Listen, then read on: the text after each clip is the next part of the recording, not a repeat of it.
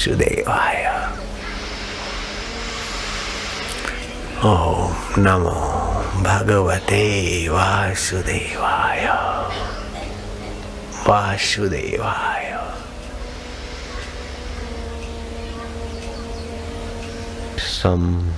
मन को रोकना। मन को रोकने के लिए तरीका श्वासोश्वास वाला बड़ा है, उपयोगी है। और भी कई तरीके हैं। संतोष, संसार की उपलब्धि में, भोग भवन में संतोष रहे, बढ़ाए नहीं ज्यादा, सादे सुदे से गुजारा कर ले।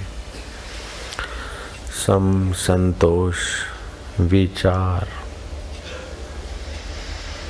जब भी कुछ करे कि विचार रूपी मित्र को साथ में रखे कि सब करने के बाद क्या, आखिर क्या, आखिर कब तक।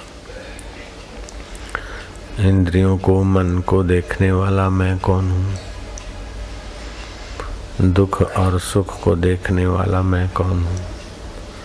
कई सृष्टियां हैं, सृष्टियों में प्रति सृष्टियां हैं सूक्ष्म। यहाँ आप अकेले नहीं, और भी कई जीव हैं। बैक्टीरियाओं के सिवाय, कीड़े मकोड़ों के सिवाय जो आँखों से दिखते हैं, माइक्रोस्कोप से दिखते हैं, उनके सिवाय भी कई जीव हैं। जीव जीव की अपनी सृष्टि है, लेकिन उन सभी जीवों में जो सत्य चित्त आनंद है वो सोहम स्वभाव में एकाकार होना, ये साधना का ऊंचा लक्ष्य है। संतोष विचार और सत्संग। सत्य एक, सत्य का कभी नाश नहीं होता, वो सत्य ज्ञान स्वरूप है। ज्ञान का नाश अज्ञान से नहीं दिखेगा। ज्ञान की उत्पत्ति भी अज्ञान से नहीं दिखती। जिसका नाश नहीं, जिसकी उत्पत्ति नहीं, वो ज्ञान स्वरूप आत्मा ही अपना आप बना बैठा है। अपने को भूलकर शरीर को, मन को, चित्त को अपने से जोड़कर संसार के बिहड़ मार्ग में भटकता है। अब गुरु मंत्र से और सत्संग, संतोष विचार और सत्संग के इन चार मोक्ष के द्वारपालों से मैत्री करने वाला अपने परमात्मा स्वभाव को पाकर मुक्त आत्मा हो जाता है। चार द्वारपालों से मैत्री नहीं कर सके तो तीन से नहीं तो दो से नहीं तो एक से जरूर अपना नाता जोड़ दे। जैसे चार चदरिया के छेड़े, चादर के चारों छेड़े नहीं पकड़ सकता तो तीन, दो, एक ही पकड़ ले तो बाकी के छेड़े आ जाएंगे। मन को एकाग्र करने का अभ्यास कर तो सत्संग में रुचि हो जाएगी और समझ बढ़ेगी। विचार कर तब भी मन को एकाग्र करने में ही सार दिखेगा। सत्संग करेगा तभी भी मन को भगवान में लगाने की बातों का प्रोत्साहन मिलेगा। संसारी आकर्षणों से संतुष्ट रहेगा तो समय बचेगा और फिर उस समय में सत्य स्वरूप ईश्वर की विश्रांति का अभ्यास करेगा तब भी काम हो जाएगा।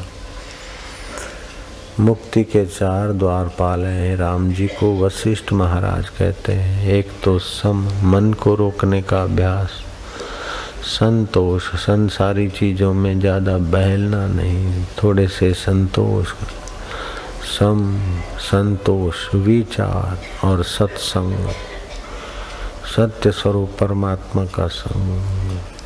असत और सत का संग नहीं होता, सूर्य और रात्रि का संग नहीं होता, ज्योत और ज्योत का संग हो जाता है, लहर और पानी का संग हो जाता है।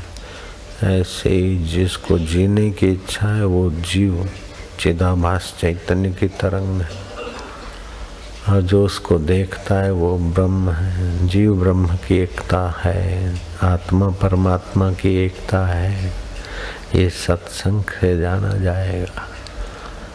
जैसे घड़े का आकाश महाकाश से व्याप रहा है, ऐसे मेरा आत्मा चिद घन चैतन्य परमात्मा से व्याप रहा है, एकाकार। सत्संग के द्वारा सुनकर उस परमात्मा स्वभाव में कई लोग जग गए, अपन भी जगे। ओम शांति, ओम आनंद। सो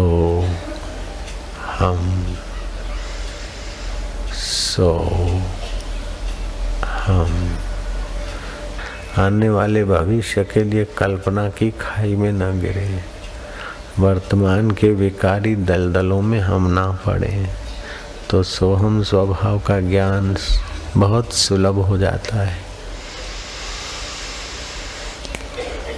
परम सुख सुलभ हो जाता है। आप तनिक साज के साथ मन को मिलाकर अपने उस श्वासोश्वास के मंत्र को भीतर भाव सहित गुनगुनाते गहरे उतरेंगे। कर लो। श्वास अंदर जाए सो मिला दो, बाहर आए तो हम जोड़ दो। वो चैतन्य आत्मा हूँ मैं। शरीर की बीमारी जिसको नहीं छूती वो मैं हूँ। मन की बदमाशी जिसको छूती नहीं वो मैं हूँ। मन की उदासी और मन की बदमाशी से परे जो चैतन्य आत्मा है वो मैं हूँ। हजारों बार मर गया शरीर फिर भी जिसकी मौत नहीं होती वो मैं हूँ। सो